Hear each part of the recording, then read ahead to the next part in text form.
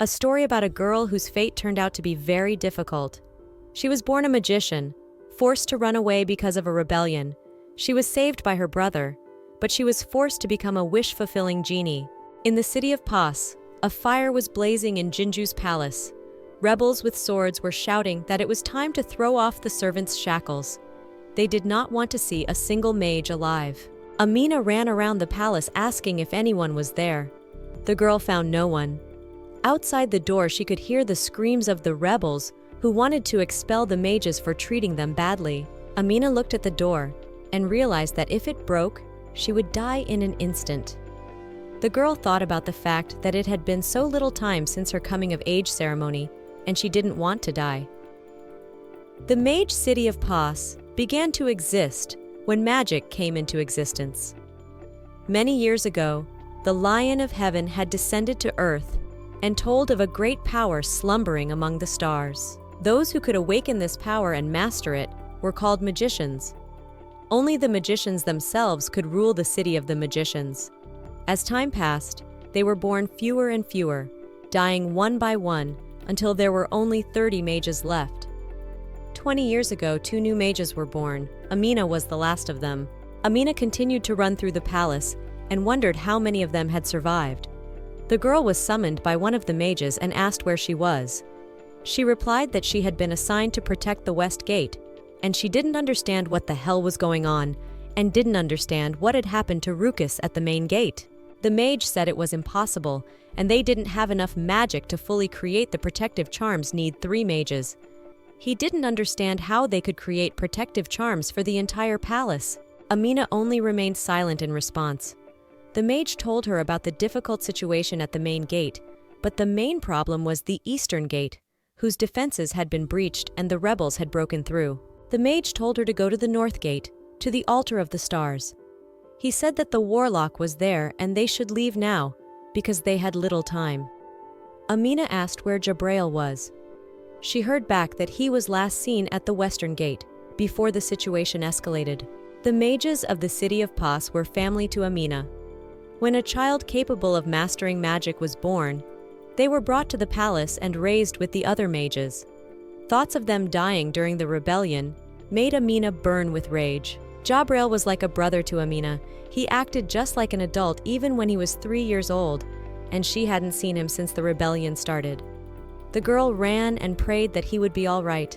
Amina opened the doors and found herself at the altar of the stars. Standing at the altar was the sorcerer Ridwan.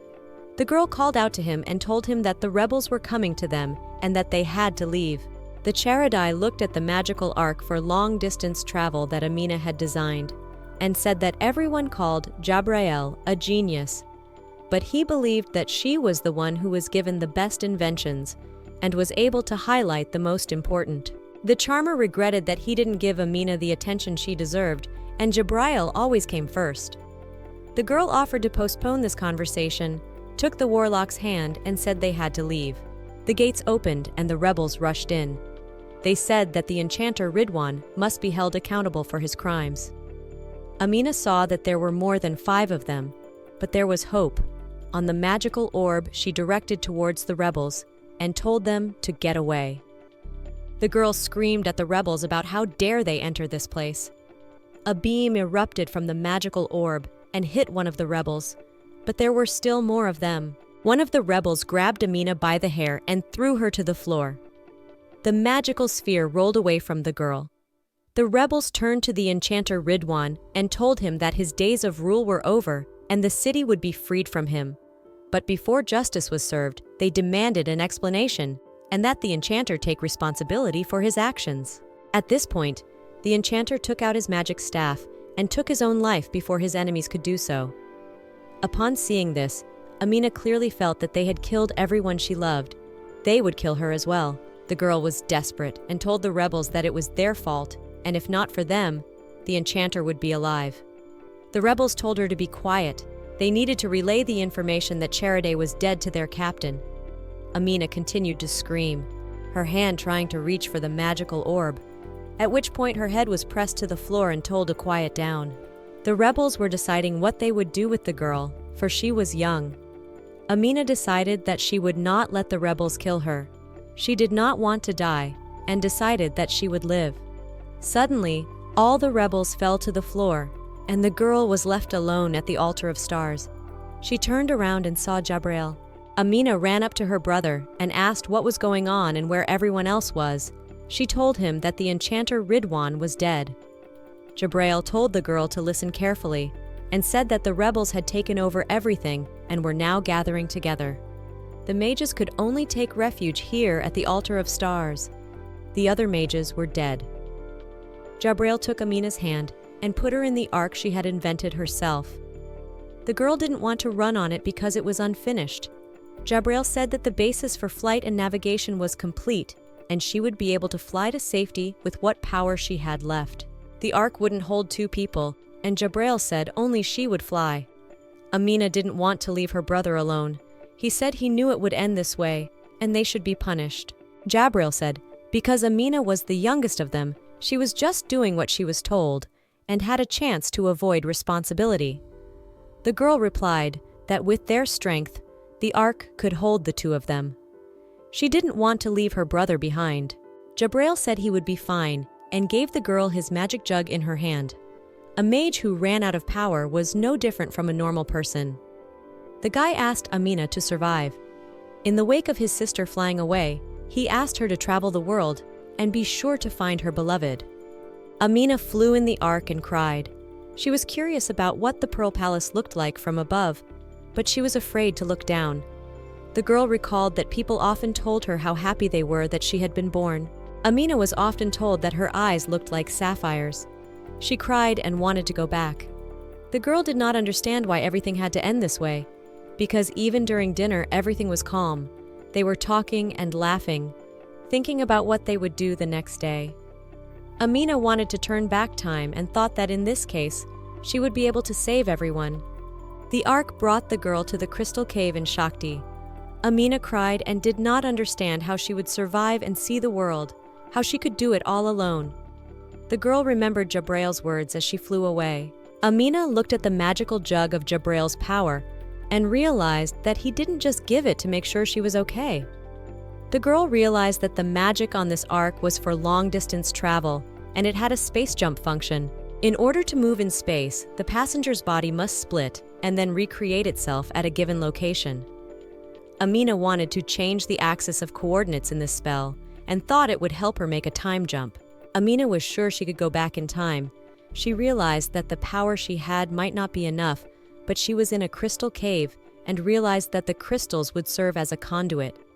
The 3 elements of magic are power, circle, and conductor, and the 3 elements of great magic are vast amounts of power, complicated circles, and many conductors. Amina looked at the jug and realized that it could withstand the strong magic of Jabrail, who had foreseen all this, and that was why he had sent her here. The girl decided that she would turn back time and survive. Amina was sure she could get it all back, and in case she failed, she was glad that her body wouldn't be split. The past was a time that couldn't be brought back. Even if you wished it with all your heart, it was impossible. The girl looked at her hands and remembered that no one can turn back time. Amina was sure that she, who had lost her way, would disappear from this world and would remain the soul and mind that lived in the jug. Amina returned from the jug. She was awakened. The girl assumed that this was not her first materialization, for the sensations were familiar to her before. But for the first time, the magician was too worried. Opening her eyes, Amina saw a child in front of her, holding a jug in her hands. The girl realized that her body had just burst out of this vessel. The child who had awakened the girl asked if she was a fairy. Amina was surprised, for she did not look like such a creature. Looking at the lamp, the girl noticed that it was covered with rust, and she asked what year it was. Amina realized that it had been 80 years. She was very surprised and couldn't believe it. The girl thought about the fact that she had managed to travel through time, but in the wrong direction. She didn't understand what she should do next. Amina had images from past incarnations in her mind. She thought that she needed to chase the little girl away somehow. The magician told the child that she was the genie from the jug. Amina asked the girl what she intended to do next. The child asked to be rescued and sent home. Amina didn't know if she had the strength to fulfill this wish. She told the girl that her wish had been heard. Now that the mage's body was in place, she could use powers previously unavailable due to the limitations of her former form. At that moment, the child fell through space. Amina remembered that the girl had a wound on her palm and realized that it was probably the blood that had been the catalyst for summoning her real body. The girl assumed that if she had awakened from getting blood on the jug, it would soon draw her back in. She sighed sadly. Amina sat in the cave and saw people peering around the corner and saying something about jinn. She realized that the girl had said something to all these people if they came. These girls who had come to see the genie were very annoying. They wanted to be thrown out far away. Amina's body dematerialized after she drained it using magic. She supposed she could only use magic 3 times. Amina returned to the lamp again, falling into sleep for a year. Amina materialized from the lamp again and pondered who could have summoned her so rudely. People only bore her. She looked forward and saw a cloaked man sitting in front of her. The girl couldn't even fully understand if it was a human in front of her. The girl called out to her liberator and asked what had happened to him that he was calling her so rudely. She picked up a lamp and brought it closer to the stranger. Amina saw that there was blood on the pitcher, to which he reacted. The sight of this stranger made the girl uneasy. She didn't want to fulfill her wishes again. The man in the cloak was silent. She called out to him again. He raised his head and Amina could see his face. She, with trembling hands, brought the lamp to her face to examine the stranger. The stranger's eyes flashed like fire. The girl dropped the lamp in surprise. The stranger grabbed the girl, assuming she was a member of the Kudus gang. He presented a knife to her throat and asked her what she had just tried to do. Amina didn't understand what the man in the dark cloak was talking about. After all, he had summoned her himself. He took the knife away from her throat and agreed that he had spoken the words, apologized, and said that he had passed out briefly and mistook her for the assassin when he woke up. The stranger said his rash actions before fully understanding the situation were reprehensible. Amina was still unsatisfied, but said her arm hardly hurt anymore and asked him not to do it again. The stranger asked if the girl lived here and told her that legend had it that there was a genie in a jug and he could grant random wishes from time to time. The boy thought that it was all fiction because there was no way a genie like the one people described could exist. The stranger said that he accidentally came across a jug here and tried to summon the genie, and most likely the girl heard his call. Amina pondered over the legend of the genie there, trying to figure out how widely the rumor had spread and how much time had passed since the last time she had left the jug. The guy noticed that Amina was dressed rather unusually and asked what city she was from. The guy decided to walk to the end of the cave just in case, but he heard stomping and turned around to see a man in a cloak. It was an assassin working for Kudus. He informed him that as a mercenary, he should not involve any personal feelings in doing his job, but since he had injured his subordinates and desecrated this holy place with his presence, his life would be taken. Drawing his sword, the stranger introduced himself as the commander of the army of the city of Pas, Lord Jakal.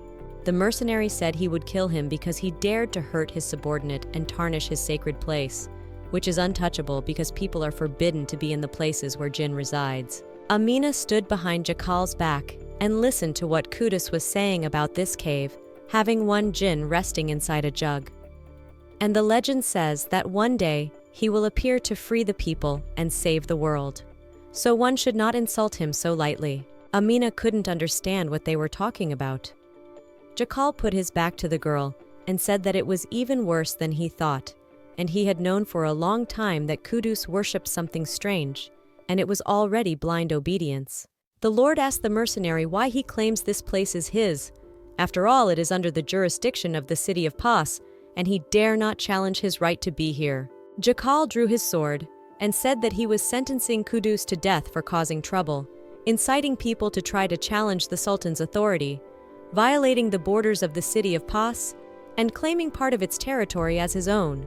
The Lord said that Kudus would also answer for the order to kill him, which he had given to his subordinate, and if they wanted to determine the extent of his transgression, they should take into account the sins of his assassination squad as well. Kudus replied that they didn't kill people on a whim, and there was a demand for it. Otherwise, they would have stopped doing it. The Lord wanted to know exactly who was using their services. Kudus replied that because of the Lord, he was stuck here with a bunch of useless people who had failed to take the city of Pas. Plus, there were many other people eager to take it. He added that there were plenty of people who wanted to kill the Sultan. The Lord and the mercenary fought on swords. Amina stood with her ears covered, not realizing what was happening. She was sure it was Jakal who had awakened her, but he never seemed to realize who she was. Perhaps it was because he was on the verge of passing out at that moment. Amina realized that Jakal was injured because there was blood on the jug. She thought that Lord Jakal was the commander of the Pas army, and after all, Pas used to serve as a bridge between the different cities. All the cities in that land were independent from the empire. It was like Pas had become part of the empire. The men continued to fight. It looked like Lord was losing. He had a bleeding wound, and it looked like he had been hit again. Amina asked Lord if he was okay. He said it was just a scratch and he was fine, but it was dangerous for her to be here. Amina thought maybe she should use her power and then go back to the jug. Kudas smirked that the Lord was managing to take care of his companion at this point. The wounded Jakal replied that she was a commoner he had met by chance.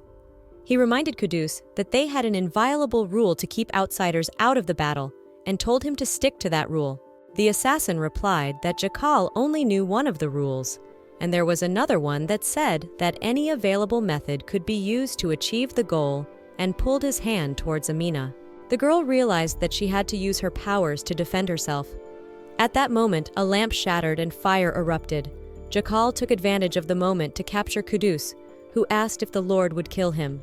Jakal declared that now that the assassins had been captured, they would listen to his testimony and judge him according to their laws, and it was more profitable for him to turn him in than to finish him off in that cave. Jakal looked at Amina and apologized for dragging her into this situation, and asked where she lived to take her home. Amina didn't understand how to explain all this to him. Amina wanted to tell him who she was, but she had a feeling that if she told the truth, it would lead to another dangerous situation. So she decided to come up with some reasonable excuse. There was an explosion, and Amina found herself in Jakal's arms. He said that situations he should have apologized for were happening more and more often. They didn't realize exactly what happened, but it looked like an alchemical explosion. Such phenomena were dangerous in caves, so they should have hurried, and they didn't know who might be attracted by the sound of the explosion. Coming out of the cave, they saw a bright light, and it was very hot. The girl realized that the valley had become a desert. Amina crouched down on her knee and took the sand in her hands, and realized that it was the same valley. She asked Jakal where he was from. In response, he said she should hurry up and get home before anyone showed up. Amina asked why Jakal was so sure that someone was bound to show up there. He wondered and didn't understand how she could live in these parts and ask such things. The remaining assassins were bound to show up there. A huge dragon flew over Jakal and Amina. Wyvern. The girl stunned as she saw this monster land on a rock. The Lord just silently gave Amina a hand to help her climb onto his horse. The girl wondered if he was going to run. The Lord asked if she knew how to ride, but Amina had never ridden a horse before. Jakal couldn't hand her the reins and told her to hold on so she wouldn't fall. They set off on horseback, but Amina didn't understand why they were going up. She thought they were going to hide under a rock, but instead, they were heading straight towards the monster. A wyvern flew up above them.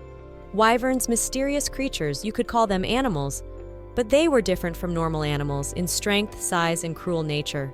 Amina realized it was a difficult opponent even for a mage, and it was unclear what the Lord was trying to do. The horse stopped and suddenly ran the other way. At that moment, Jakal took his spear and threw it into the wyvern's mouth, thus destroying the dragon. Lord jumped off his horse, walked up to the dragon and pulled out the spear. He looked at Amina and saw that she looked amazed and asked if everything was all right. Now the Lord was startling her more than the wyvern was startling her. The girl replied that she was fine and she was more interested in the man or him. Lord replied that, as far as she could see, he was the man. Jakal said it was her turn to answer and asked the girl what village she was from. Amina replied that she was from the town of Pas. Jakal said that the whole country is Pas. The girl replied that she did not know anything about the countries, but was talking about the city which was beyond the plain, and further along the Nanatis River. Jakal was surprised and asked how she had come all this way and if she was in any trouble. Amina replied that nothing like that had happened and asked for what he was looking for the genie in the jug. The Lord took out the jug from which he had summoned Amina and said that he had been asked to find a genie that grants wishes. The girl wondered what this man wanted to get. In response, she heard that they wanted to resurrect her father. The Lord explained that the man was his father, and the man who asked to find the jug of gin was his brother. He asked Amina about the city she was talking about. It was the capital of Pas. It was where the Nanatis River leads to. The girl nodded in response. Jakal didn't understand how she could be from the city of Pas and never heard of it. He told her that he was the son of the viceroy of Al-Wab. Amina told him that of course she hadn't heard of him, because Pas was a town he could only know about from history because she had been sleeping in a jug the whole time. Amina asked how he hadn't even realized until now that Jean was in front of him. The Lord looked at the girl questioningly. She reiterated to him once more that she was the jinn from the jug he was talking about, but she was still human. Amina explained that the body he sees was created from his blood, so she can fulfill his wishes. But there is a small limitation. She can only use 3 wishes, and by fulfilling them, she will return to the jug again. Jakal looked at the girl and then at the jug. She told him to hurry up with his wish selection because she needed to get back to the jug as soon as possible. Those are the rules. The Lord asked what he could call her, and she introduced herself as Amina. Apparently, there were a lot of rumors because of her unusual condition. She told him that she was not a fairy tale creature. She was actually a mage. Amina was curious about the current attitude towards mages. The Lord replied that those were not words he could so easily believe, and it was surprising to him that she introduced herself as a mage and not a fairy. He did say that people from Rappa show various tricks and call it magic. Jakal thought she was from there. Amina was outraged and said that she had never been to Rappa. She said that she was born and lived in Pasa all her life. The Lord replied that he too had lived there all his life and only knew alchemists and priests, but not mages. Amina was surprised that he didn't know any mages. She didn't expect that. The girl said that none of that mattered and asked him to make up his mind about the desires he came for. Jakal apologized and said that it was not now that he would determine his desires, and he did not suspect the girl. Even if she cheated, he would not lose anything. He said the person who really needed the jinn was his brother. Lord had to bring Amina to his brother. He launched an air signal into the sky and turned back to Amina.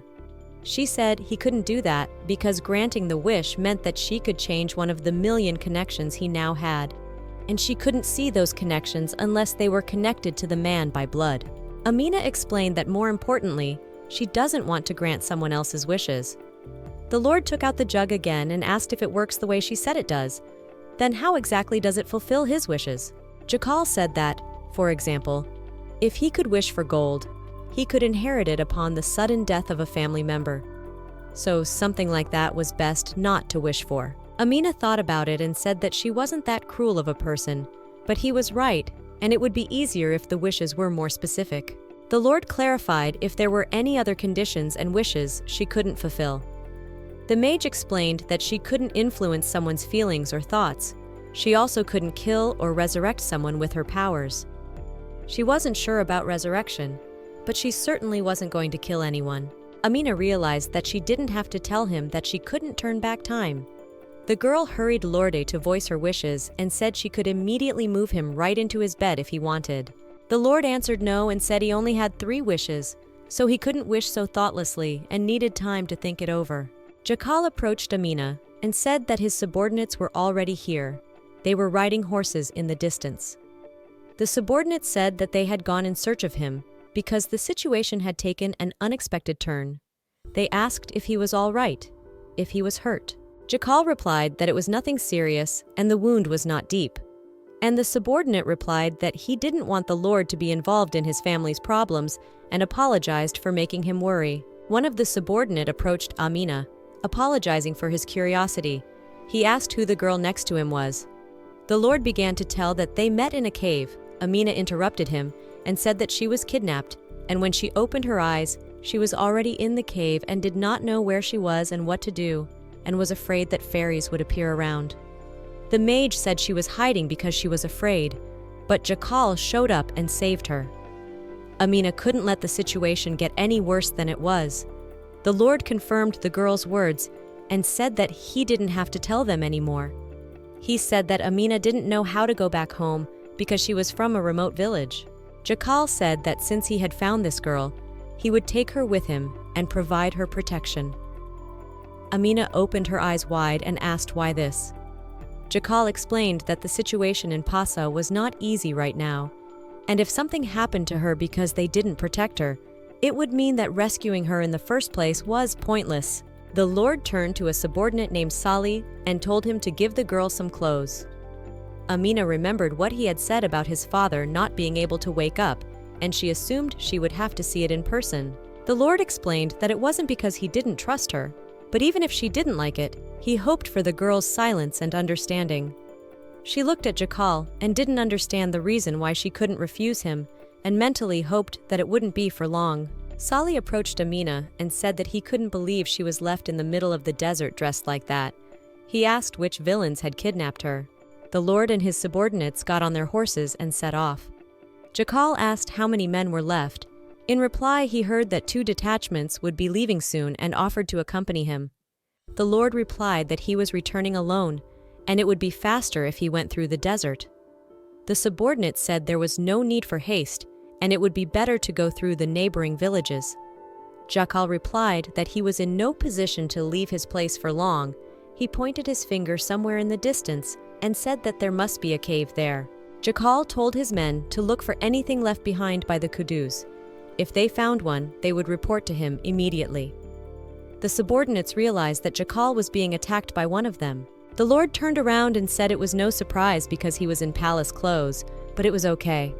Karam and Sahalan bowed and started to follow orders. Amina rode the horse along with the Lord and realized that she never thought she would ever leave this place. This place had once been a mine. So many memories were made. They had discussed what enchantments would be put on the mined crystals. And now she looked around and realized that there was nothing left that reminded her of those days. And that's what always happens. Everything disappears without a trace, and now it's a completely unfamiliar world to her. She sees everything with her own eyes and decided that she would let go of the regret of the past, and then back into the jug. Night came. Amina and Lord arrived at the well, and he voiced that the trip had gone according to plan. It was getting dark, and they would spend the night here and hit the road tomorrow before sunrise. Amina said that this earth had not been this arid in the days when she lived here, and she asked since when the terrain had changed so much. The Lord replied that it all sounded like it was from the past, and told the girl that it happened when 300 years had passed since the founding of the empire. After the fall of the city of Pas, the fertile part of this land went to the enemy and has remained in their possession ever since. Amina was shocked at what she heard and realized that she was from a very distant past.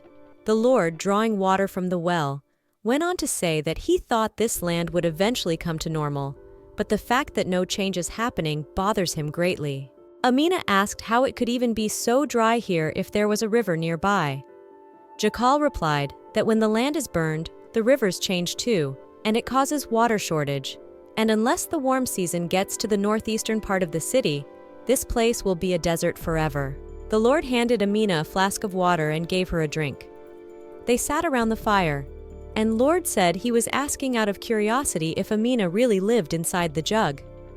The girl noticed that he said he believed her, when in fact he didn't believe a word of it. The Lord said that believing and realizing were different things, but she did dress peculiarly, and such clothes were those of the past generation. Amina replied that their clothes looked peculiar to her too, but she understood why she had to wear them. She didn't realize that after such a hot day, it would be such a cold night. Jakal had said it was comfortable to be covered completely, especially in the desert where any mistake could lead to death, and it would be good if she went to bed now, because they had a long journey tomorrow. Amina lay down to sleep and realized that it had been a very long time since she had been able to eat, drink, and sleep, and now she needed a lot of sleep and food since she was out of the jug. the girl realized that if she didn't keep up with it, she would die. Amina remembered that her life could have ended when, during the attack on the Pearl Palace, all her family and friends were killed one by one. She was left all alone. When she first got out of the jug, she found that the world had turned into a completely different place. But she was still alive, and she didn't understand how she had managed it after all that had happened. She closed her eyes and told herself to go on living. In the morning, they set off again and came to a river. Lord said they could go further downstream, but it didn't look much like a river because there was no water in it, just a trace of a river. He said it was always like this during the drought, even though it hadn't come yet. Jakal said she will understand everything when she sees this eerie place with her own eyes. Throughout the year, if the water doesn't come back, it will be a disaster. The Lord said that the city of Pas has a population of over 70,000 people, and they all depend on this river. If it affects the second largest city, how will these smart people from the empire solve this problem? Amina offered to make a wish for the water to return and said that he would have 2 more wishes left in that case. The Lord didn't really believe that the girl could make the river flow and carry water again. Amina reiterated that she had magic that allowed her to change cause and effect. From teleporting home to restoring the flow of the river, it was all within her power. The Lord took the jug in his hand again, and the girl told him that it was enough for him to voice his wish because they were joined by blood. The Lord said he asked for the flow of the Nunahit River to return and let the rains fall and the river be full of water again. Amina shrouded herself in magic and commanded that the rains should fall over the entire desert. At that moment, dark thunderclouds covered the sky and it rained. The Lord said something, but at that moment the strength began to leave Amina's body and she lost consciousness. In the Viceroy's palace, the maids along with the head rejoiced that it had rained heavily. They could not believe it and thought that a miracle had fallen upon them. In the Viceroy's palace, the maids and servants were collecting rainwater in vessels to take them to the vault and bring them to the desert. They had to wait for Commander Jakal, who would return soon. The head of the maids approached Kajia and asked her not to call Jakal by that name after the official title was given. One of the maids called out to Kajia and said that the vessels were overflowing and it was time to replace them. The head of the maids thought that the commander was doing what ordinary soldiers should be doing and across the desert. But he said that it was his younger brother's request and nothing bad should happen. The desert was like home to him, but it would not be easy to return to the palace in such a downpour. The maid looked into the distance, and in the midst of the downpour, she saw the commander riding a horse and shouted to the whole palace that the commander had returned. The maids gathered to greet the commander and told him that he had returned unexpectedly. He replied that he had just finished his patrol and told them to take his horse to the stables and take care of him. Jakal asked if there was a spare room. He was sure one of his mother's rooms must be vacant.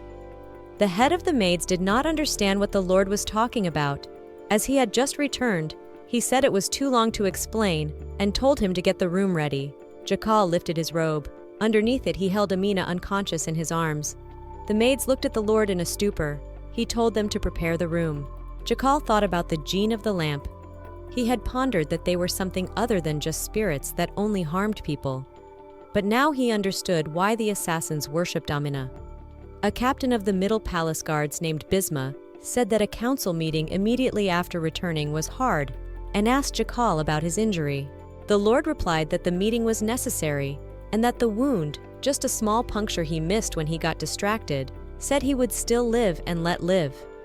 Bisma said if his face is wounded, many will not like it. The Lord asked what else had happened in his absence. The captain said that the rain was the main event, and they had also heard news from Karam of Sali, and said that Jakal was very lucky that the blade that wounded him was not poisoned. Jakal said that the attackers were in such distress that they couldn't afford to put poison on their weapons, and the jinn they served must not have money for it. The door opened and Bisma and Jakal entered the negotiating room. Governor Nadir smiled and said that the Lord was so important that even the rain fell, heralding his return as if it had been planned. The throne had been empty for about a year due to the king's illness, and his recovery was no longer believed in. This created a debate as to who would be next on the throne, Jakal or Nadir. Jakal and Nadir are half-brothers. Jakal is the son of Princess Mustia, the king's wife, while Nadir is the son of a motherless concubine, an illegitimate child.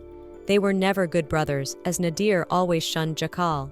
Nadir realized that according to the commander, it was all a myth. Jakal had told him that the wish-fulfilling jinn didn't exist, and it was just an unconfirmed rumor. The Lord wasn't lying. Technically, Amina wasn't a genie, and since he was the only one who could make wishes, he might misunderstand the situation. And besides, who knows what spreading the word about her powers would lead to? And most importantly, she didn't want it herself. The Lord realized that he was not allowed to weave Amina into any situation. Nadir replied that he was sorry, and it meant that the king would take much longer to recover. Even maintaining his condition was hard. Nadir asked Owaid if he had mentioned the existence of the Jinn of the Jug. He replied that this was what they had come to by researching the lore, and there was a chance of finding a wish-fulfilling jinn. It was unfortunate that it didn't work out. Nadir said they had seen reports of the commander being attacked by assassins while on patrol. Bisma said that luckily the commander had handled them and got rid of their head. It didn't sound like he intended to talk about his great deeds and wanted to brag, but the assassins attacked the commander when he was about to check out the rumors. Bisma went on to say that it was quite obvious that it could have been a plan to eliminate him from the beginning, and he was just wondering, as captain of the guard, to keep possible threats out. There was an argument going on in the meeting room that the exact source of the rumors could not be ascertained, and Bisma said that they sent a warlord to check something because of a mere rumor whose source they don't even know. This angered the captain. The Lord said that he was going to command an offensive there anyway, as there were a couple of unresolved issues there, so they shouldn't be blamed for not having a confirmed source. He went on to say that the viceroy was his father, and even if he had known about the ambush beforehand, he would have gone anyway, and there was no need to blame anyone for it. Nadir smirked and said that he hoped everyone realized that they shared exactly the same feelings as brothers. After the talks, Bisma and Jakal were walking down the corridor and discussing the fact that the explorers were acting suspiciously. The captain explained that they say the army is getting less and less funds, and the rest is going to the researchers. The Lord replied that he didn't even know what they were studying that was so supernatural that they needed so much money, since Paz was the home of alchemy, and they couldn't stop supporting them. Bisma replied that if things continued like this, the army could soon be disbanded altogether. The captain said that in any case, they should pay more attention to the assassin factions. If they didn't nail them, they could reach the palace. Lord said that the Kudus had asked why he was so concerned about the number of people around him, but they were right. Bisma speculated that Lord was going to write off the most obvious suspect. The similarities to the attack on the Viceroy and the Lord are obvious. Even so, no one had even said a word about it, and the illegitimate son was desperate for the throne. The Lord had said that Nadir was also his father's son, and they couldn't suspect him without direct evidence. But it was clear that he was the most interested party, and he had forced the Lord through dangerous desert lands because of some legend. The captain was pissed off at the fact that Lord had gone through all this and gotten nothing. Then he thought for a minute and realized that he had gotten something after all. He hinted at the fact that the warlord had brought home a girl. The Lord turned his head at Bisma and reminded him that he had ordered everyone not to talk about it, and no one outside the Western Palace was to know about it. The captain said there was nothing to hide from him, and that was why he was the one who had been appointed captain. Bisma said that it is the most discussed topic among the maidens of the Western Palace, and everyone says it is very cute. The Lord said he just happened to meet her while on patrol. The head of the maids appeared in the corridor and informed the Lord that Amina had woken up recently. Lord told the captain to go and said they would see each other tomorrow, but the captain wondered what the Lord had wanted to tell him before they were interrupted by the maid. Jakal replied that he wanted to say that Amina looked like Anahita, the goddess of the river Nanahid from the legends. Amina sat and remembered how the maidservants told her that they were in the palace of the king, and an incredibly noble man had rescued her and even given her clothes. They told the girl to thank him when she met him as she could. The servants who were helping Amina were named Cassia and Tola, and she wanted to ask them a couple more questions, but they were told to leave because the commander would be arriving soon. The girl was sitting in the room when suddenly there was a knock on the door and a maid came in, followed by Jakal. Jakal said he came as soon as he heard that she was awake. Amina looked at the Lord and said that now he really looks like a member of the royal family. Lord said that the same could be said about her, because with those clothes, she looked like she was born here. But the girl said she felt uncomfortable, perhaps because these clothes were very expensive, and she didn't know if she could even wear them. The Lord told her not to worry about the clothes because they were not new. Amina asked if they belonged to someone. Jakal told her that they belonged to his mother. They were the only women's clothes besides the maid's clothes in the palace. Amina asked Jakal what he intended to do next. He replied that he wanted to voice his second wish, and sure, she was very tired, but asked her to go with him because there was no time to wait. The girl replied that she had just slept, and it would be easier for her to fulfill the wish as soon as possible. The girl turned around, looked at the posh conditions she was in, and realized that she didn't belong in this world. She wanted to go back to the jug. Jakal told her that his father was in the central palace, and he brought her here so she could see for herself. On the way to the central palace, they were caught in the rain, and Jakal covered Amina's head with his clothes so that she would not get wet in the rain. As they entered the central palace, the girl realized that she was in the pearl palace she had lived in before, and now this palace was the viceroy's palace, the central palace. The Lord noticed that the girl was acting strangely somehow and asked her what was wrong. She decided to clarify if he knew when this palace was built and told him that it was not built during the time of the empire. Jakal said that there was no record of the construction, and he had heard that the palace was built by someone who lived here a long time ago. And before the empire was formed, it was used as the palace where the government met because of its architectural value, and also its west side was used as the palace where the heir lived. Amina realized that this was indeed the Pearl Palace, and it was still here. She asked Jakal's permission to show him something incredible about how to use this palace. The girl placed her palm against the wall where the patterns were drawn, and a glow appeared on the wall. Light flashed throughout the palace. The Lord was stunned at what he saw. Jakal said that the more he looked at Amina, the more amazed he became. She told him that she was a mage, and such things used to be commonplace. Lord asked how long the light could last. Amina told him that considering how much power she had used, it was about half an hour, but if he wanted the light to last longer, he had to make sure the mechanism wasn't damaged, or he would have to replace the crystals that serve as a conductor before they used up all their potential. The Lord asked about her sleeping in the jug. Amina told him that it was roughly the same way she used the jug to preserve her soul and power, but if she wanted to materialize, she would need a conductor, and this time, the conductor was his blood. The lights in the palace went out, and the girl said that after the 3 wishes were granted, she would run out of the power that keeps her body alive. What a pity, she thought. The Lord asked if it was possible to awaken her again. She said she wasn't sure if she would fall asleep. The jug would destroy her body. Besides, she needed time to regain her strength. Amina said it could all take months, maybe even years. The Lord, opening the lock, said that she would still be limited to 3 wishes. The girl asked if he was ready to make a second wish. He said only if she was ready to fulfill it. And they got to Tesu's palace, the north side, where the star altar used to be. Amina looked and noticed that almost nothing had changed there since she had existed in that time. She turned her attention to the wall that Jabrail had broken. Jakal pointed to a stone called a fairy egg because of its shape, but Amina knew that it wasn't a fairy egg at all, but a fallen star with magical powers. The girl realized that not only was the magic gone, but the star was gone as well, and now served only as a decoration. Jakal showed Sultan al-Wahb said that this was his father, and a year ago he was ambushed during an expedition. They brought him to this place so no one is allowed to come here except him, his brother, and the caretakers. The Sultan looked as if he was already dead. His heart was beating, but he wasn't regaining consciousness, and Lord didn't know if he could even be cured. Amina said they wouldn't know until Jakal made a wish. He took out a jug, and asked to make his father's eyes open so he could live as he had before. Threads of cause and effect appeared around Amina, and she searched for the cause of his illness, but realized that none of his life points were active anymore.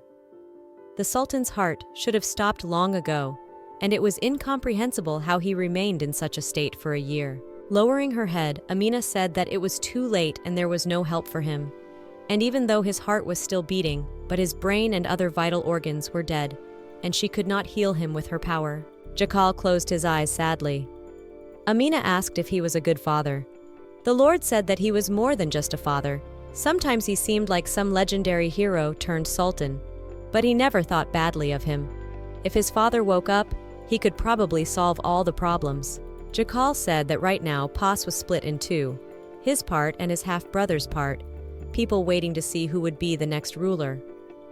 The Lord admitted that he had no interest in becoming sultan, but that problem would not be solved even if he ceded the seat. He felt that if everything went back to the way it was, the problem would be solved immediately.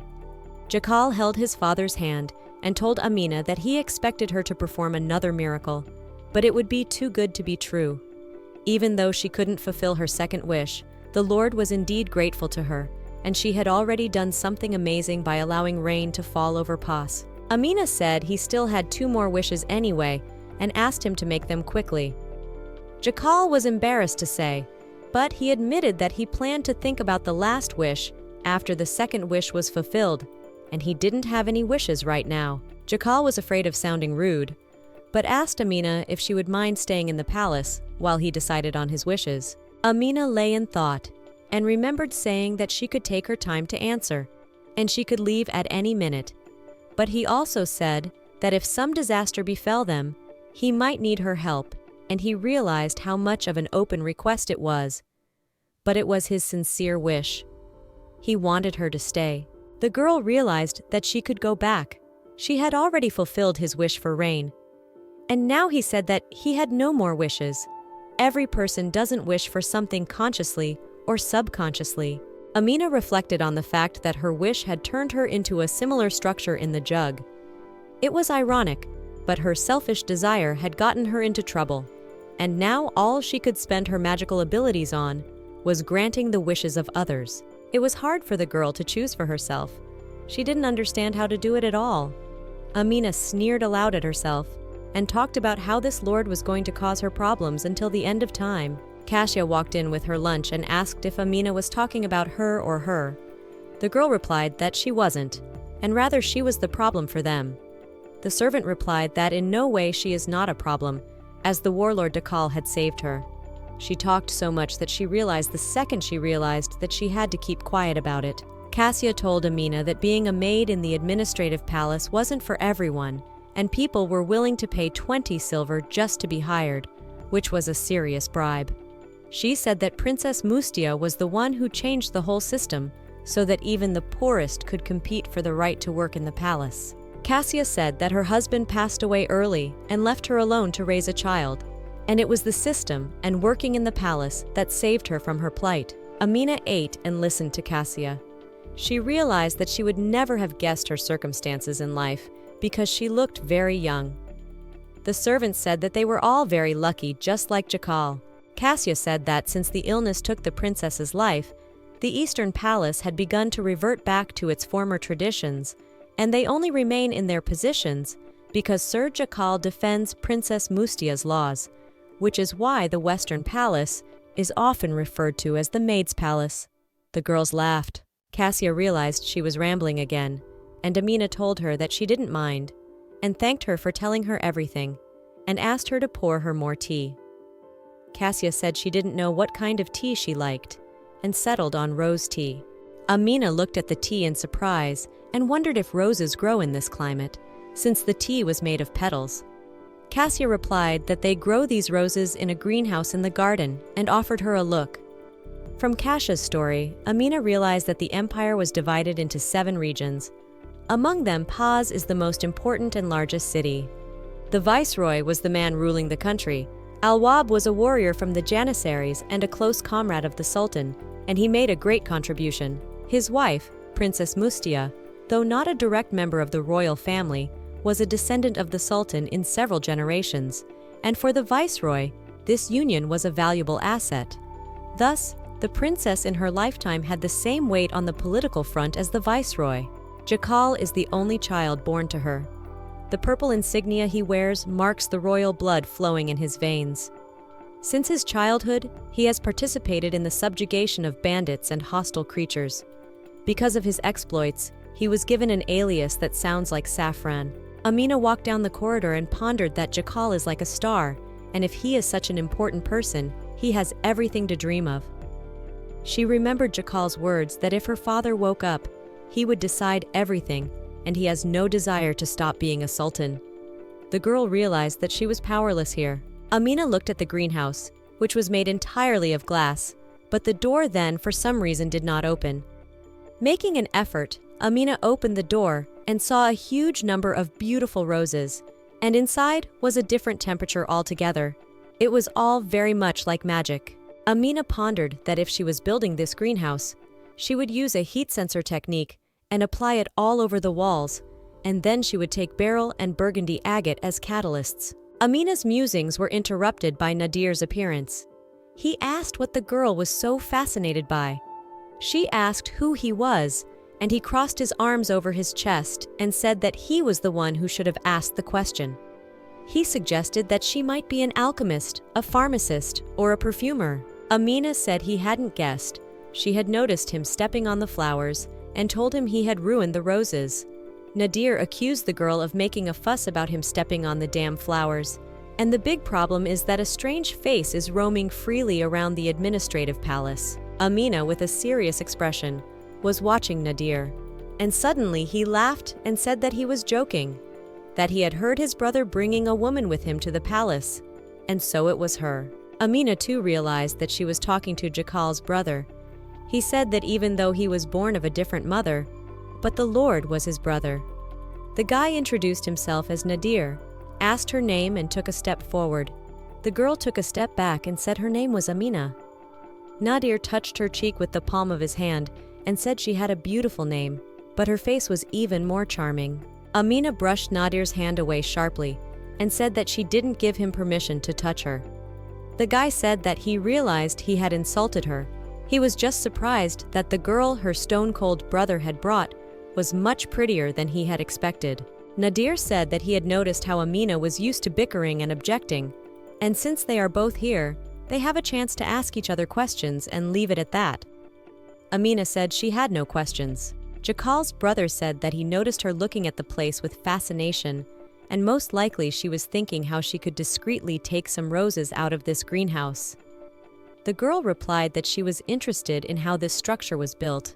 Nadir crossed his arms across his chest again, laughed, and said that it made her even more suspicious. Nadir told her that the entire palace was maintained by the alchemist divisions, and the alchemist division was under the direct jurisdiction of the authorities, which means that it was the orangery that was erected by the alchemist.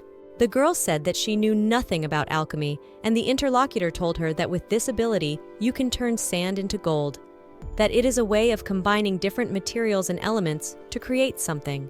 Amina pondered that magic was completely forgotten about, but alchemy was not forgotten about. But it was powerful enough to influence the government. It all seemed very strange to her. She thought that perhaps alchemy was another name for magic. The girl asked if most people are born with a predisposition to alchemy. Nadir replied that someone who is smart enough has money, and a certificate can become an alchemist. Amina thought that usually people are born with magic, so alchemists are not magicians. Nadir told her that his brother's mother longed for roses from the capital, and he wasn't completely sure, but maybe there are not only pure varieties of roses there. They probably changed the seeds somehow as well. Aminu was surprised that there were no restrictions on alchemy. After all, it's the same as using living things as conduits for magic, and that's taboo. Nadir said that transforming humans and fairies is forbidden, but the glass in this greenhouse is made of fairy bones. Amina said that was a lie.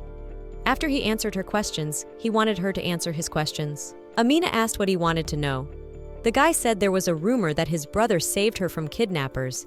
He asked if it was true.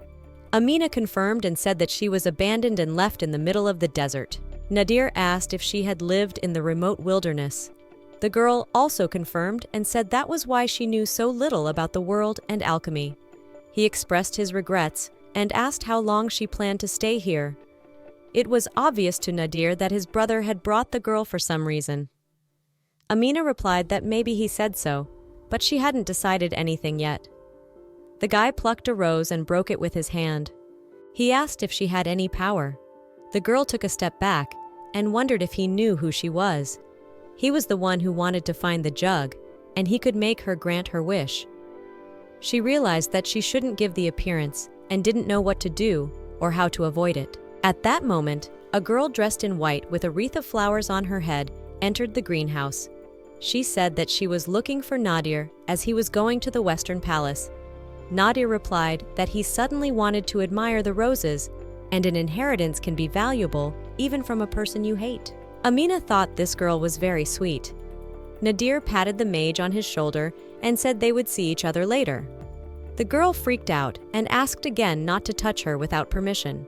The next day, Amina and Jakal were walking in the corridor. He asked what happened with Nadir. The girl replied that he just told her about alchemy and greenhouses. She said she saw a cute girl with a wreath on her head.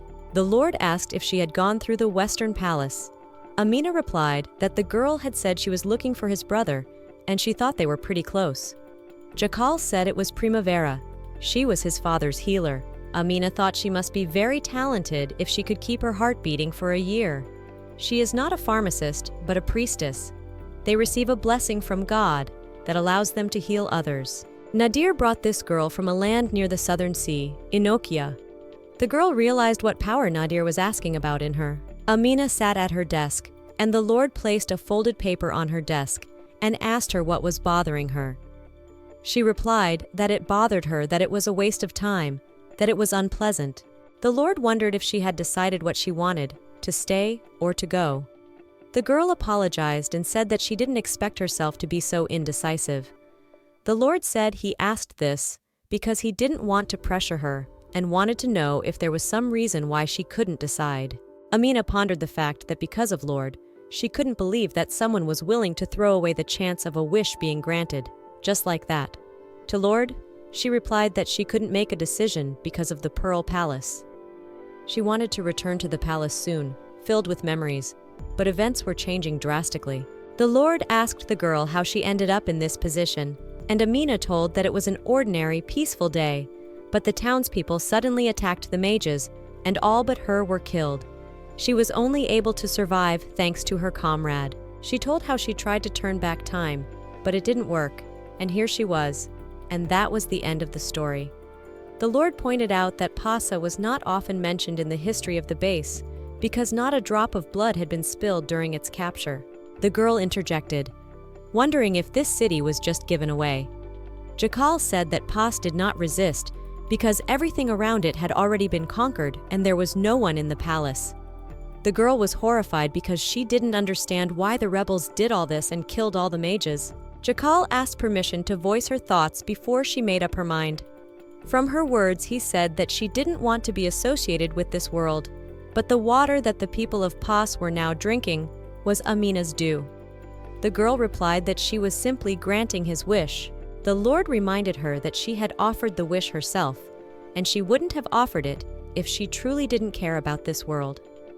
The Lord apologized for any unnecessary things he might have said, but either way, no matter what she thought, he promised to help her live her life in peace. On the table in front of the girl was an identity card, and Jakal said he could vouch for her as commander-in-chief and could also bestow a title on her. Then things would be clearer for the servants as well. The girl asked why he was doing all this for her. Jakal said he has to and wants to take responsibility for asking her for a favor.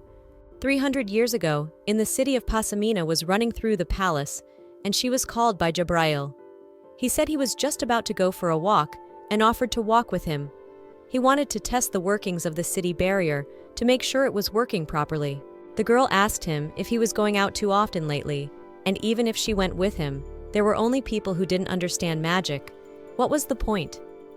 The brother replied that these people produce stones for magic catalysts, and Amina, as always, confines herself to the palace walls. Amina said that she needed to finish with the design magic that the chairman entrusted to her, because the deadline was coming up. She asked Jabrail to go without her. It was a dream, and the girl woke up screaming. Amina was dressed in a veil. It was very long. She was told that nowadays they don't wear such long veils anymore. But since it belonged to the previous wife of the Sultan, there was nothing to be done about it. It would be uncomfortable, but she had to go with the warlord, and there was no choice. The girl pondered that she couldn't just go to the center of the city by herself.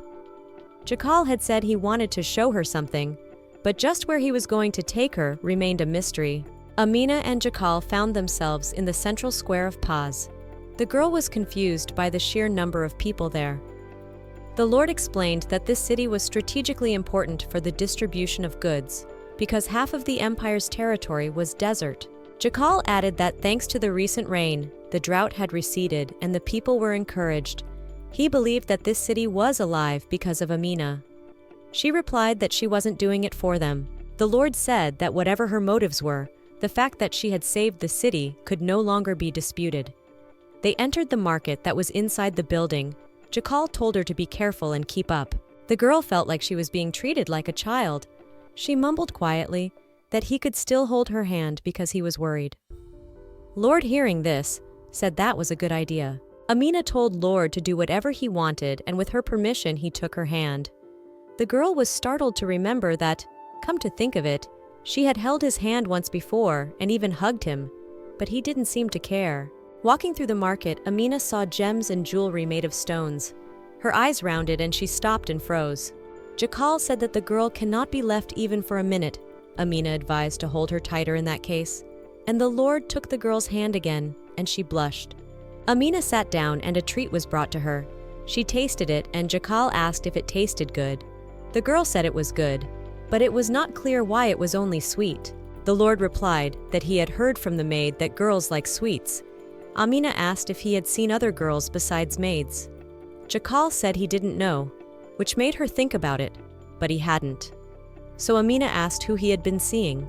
The warlord said he recently saw Sally, also the Sultan's healer, and half of the administrative palace management is also women.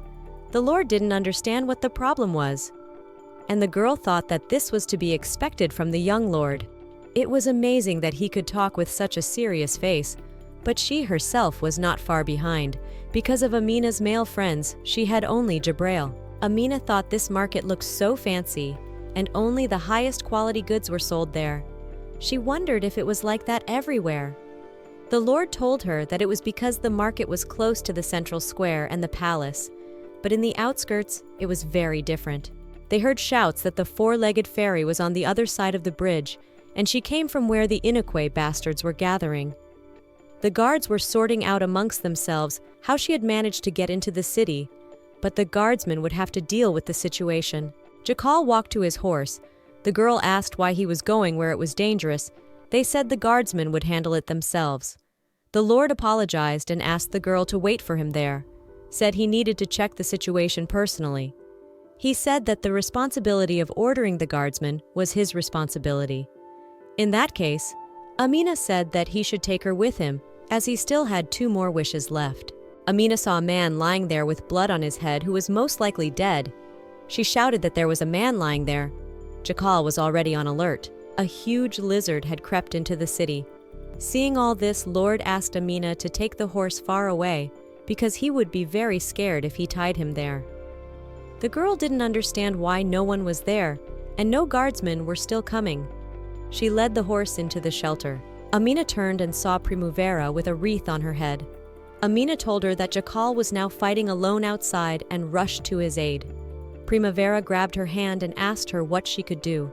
She said she would only be in the way. The girl replied that she could not say such a thing without knowing anything about her.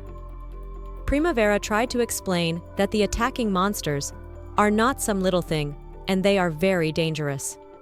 Amina replied that that was why she had to go and let go of Primavera's hand. She ran to help Jakal. Primavera ran after Amina. She couldn't believe that the Lord alone could hurt this lizard so badly. Amina didn't understand why he was taking so long if he could kill this monster with one blow. The girl saw that there was an injured person next to him, and the situation was critical.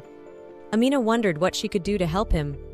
A huge lizard tried to hit Lord with its tail, but Amina pushed a cart towards the lizard, thus stopping him. Jakal turned and saw Amina running towards him. She pulled her spear from the ground, cut her hand until it bled, and began to draw a pattern, hoping that despite the size of the guide, she would succeed. She figured a medium-sized conductor would be enough for such a circle. That way, the magic would be most effective. A light shone, there was an explosion, and the lizard was dead. Amina apologized to the Lord for using a reminder of his mother in such a way. Jakal said that the girl always does something incredible. He didn't fully understand what had even just happened, but realized that this girl had saved everyone again. Amina thanked Primavera for helping her push the cart, but it was more important for her to find out who Amina really was. She had seen the girl use her powers. Amina admitted that she was a mage. Primavera asked if she was from Rapa or not. The girl replied that she was a mage that the city of Pas had lost. Refugees from Inokia, a country across the southern sea, lived here. Sometimes Primavera came here, though most of her time was spent in her palace. She sat over the body of a wounded man and began to recite a prayer. He opened his eyes and regained consciousness. The people were ecstatic. As expected of a priestess, the star was with them. Primavera turned to Jakal and asked him to come over to heal his wound.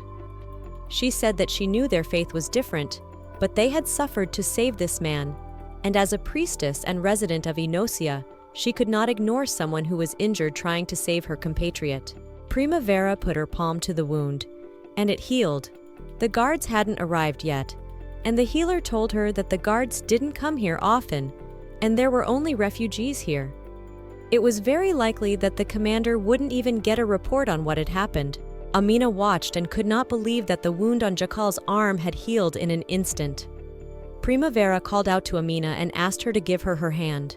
The girl felt a transfusion of power, and she realized that Primavera was not creating a magic circle, but directly infusing power into the body to speed up regeneration. Magic could be used that way as well. Despite the different way of using magic, it was obvious that priestesses were also mages. Amina told her that she had heard a belief about a star. Primavera was surprised and asked if something similar existed outside of Inokia. Amina was sure that the woman was a mage like herself. Primavera asked Amina if it was possible to see her magic up close.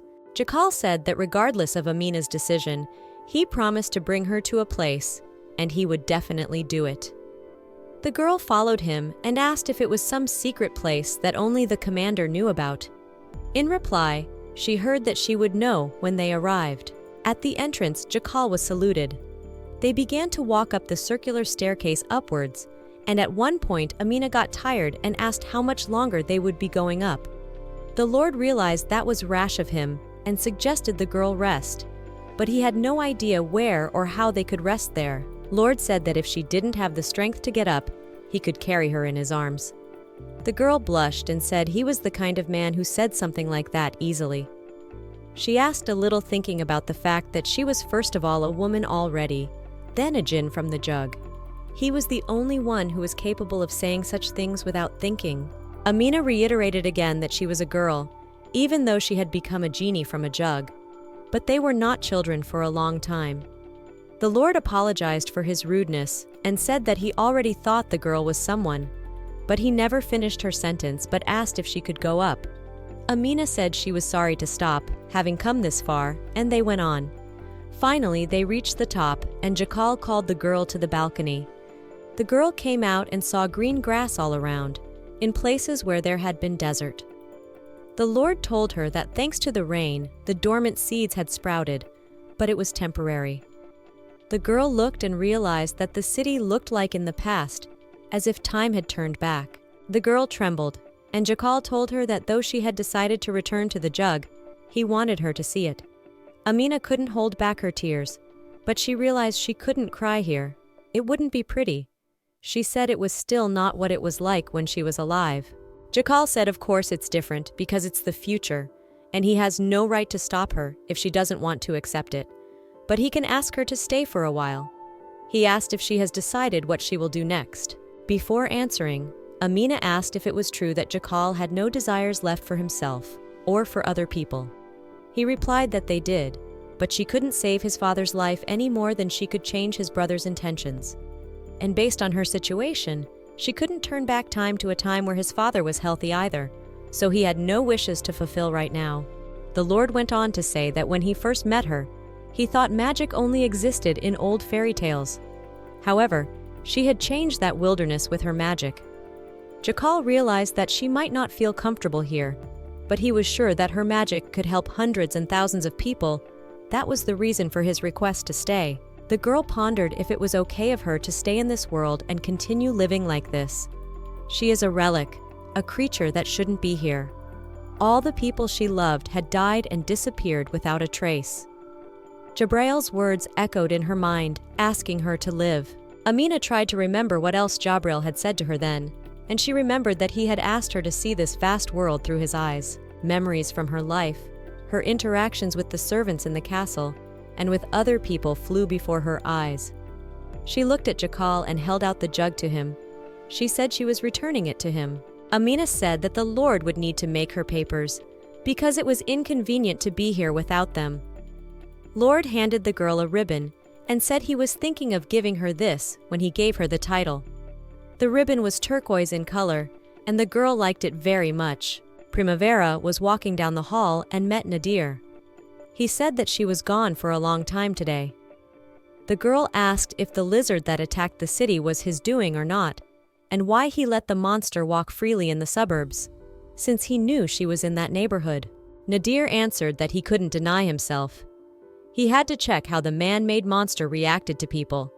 Besides, it was the only place where the guards weren't patrolling, and there was only one victim, and all thanks to the fact that she was there in time. The girl replied that the man would be dead if it wasn't for his brother Jakal. Nadir asked if that upset the girl and kissed her. She knew he always did that, but it didn't matter anymore because she was already an accomplice. Amina's new title, it's Royal Counselor. She even wears the appropriate uniform of palace employees, though she's kind of embarrassed to wear something of family heritage. Amina's job was to translate the ancient texts located in the Central Palace. Thus, the captain of the guards of the Central Palace became her guide. The Central Palace was now used for meetings, interviews, and the administration of laws, but only part of the laws were discussed here, as the government palace was a different building. The reception room scene was mostly used by the Sultan or the royal envoy, and it was the duty of the governor to put the Sultan's orders into action, but he had less power concentrated now than before.